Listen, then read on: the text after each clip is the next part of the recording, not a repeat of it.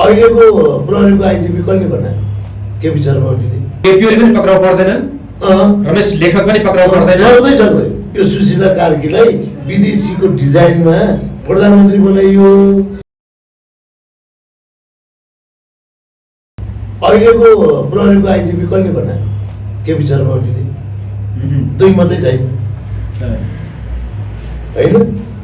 त्यो त रुल अनुसार भयो होला नि त, उहाँले टपक्क टिपेर राखेको होइन, रुल अनुसार भएन। रुल अनुसार मात्रै होइन, दाम पनि बुझाएर भएको। कहाँ तपाईँको आइजिपी त्यसै हुन्छ?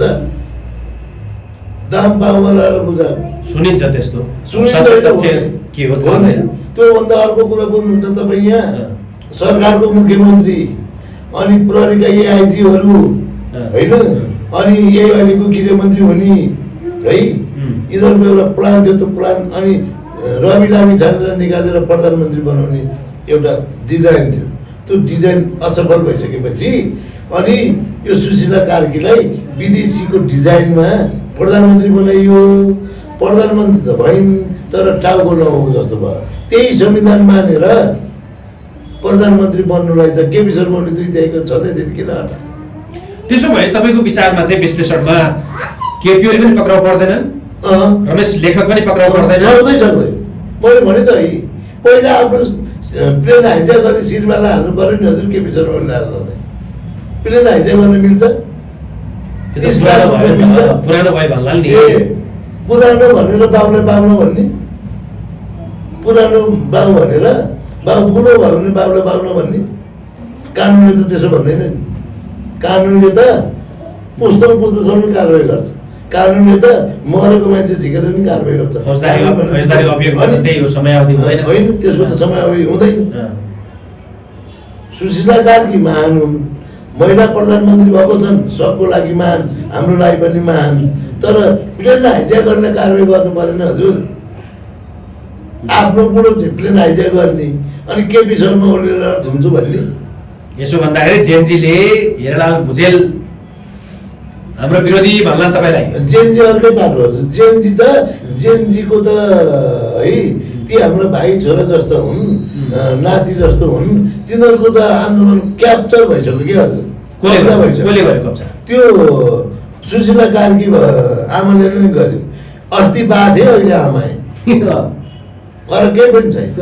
आमाले भनिदिइसकिन् अब 6 महिनापछि चुनाव लड्ने, संविधान संशोधन गर्ने, जे गर्नु भनेर भनिदिने आमा पनि। अनि त्यहाँ पदमा रहिरहनुहुन्छ।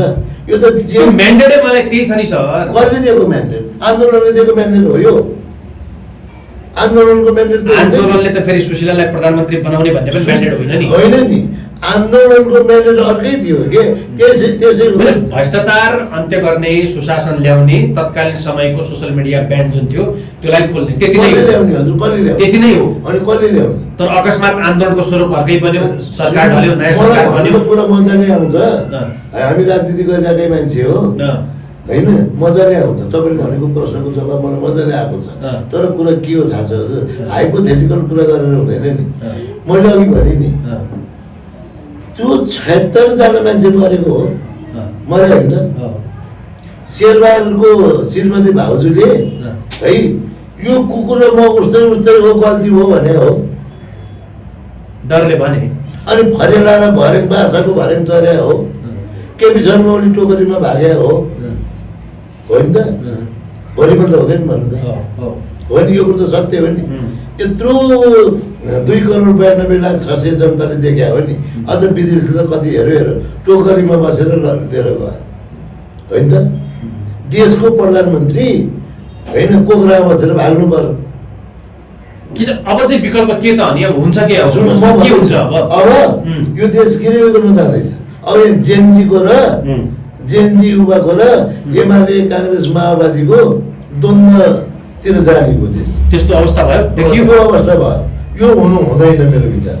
यसलाई सेफ लाइन गर्नुपर्छ। कसरी गर्ने भन्ने कुरा एकछिनमा आउँला कि। अनि नि यो जेनजीहरूको पनि होइन, जुन तपाईँ मैले अघि सोधेको थिएँ नि होइन, केपी ओली पनि पक्राउ पर्दैनन्, रमेश लेखक पनि पक्राउ पर्दैनन्, जसलाई जेनजीले मेन एजेन्डा बनाएका छन्। भनेपछि के हुन्छ यो सरकारलाई अनि फ्याक्सन त्यस्तो पनि भन्न मिल्छ त्यस्तो दुई जिब्रे कुरा नि गर्ने सिंहदरबार चल्यो सर्वोच्च अदालत चल्यो कसले चलाएको थियो जिम्मा लिनु परेन कसैले त्यसै चल्यो त्यो त छानबिन हुँदैछ त कहिले हुने छानबिन कार्की आयोगले गर्दैछ त कार्के केही गाँच्दैन तपाईँ ढुक्क हुनुहोस् यो कार्कीको अध्यक्षतामा त कति भयो यस्ता आयो तातो छारोकै भएको छैन भयो खै दरबार हत्याकाण्ड भयो के भयो भट्ट भन्ने सक्यो होइन त्यस्ता गिरीबन्धु टी स्टेट यस्ता लाल आयोग होइन मदन भण्डारीका त्यो मृत्यु भएको मारेर फाल्यो लगेर कृष्णवीरमा हाले त्यसको आयोग होइन टिकापुर हत्याकाण्ड होइन नमिता सुमिता होइन अनि निर्मला हत्याकाण्ड यस्ता आयो कति भने यो सबै पैसा लुटिँदा हो यो बाहुनवाद हो है यो खासै केही होइन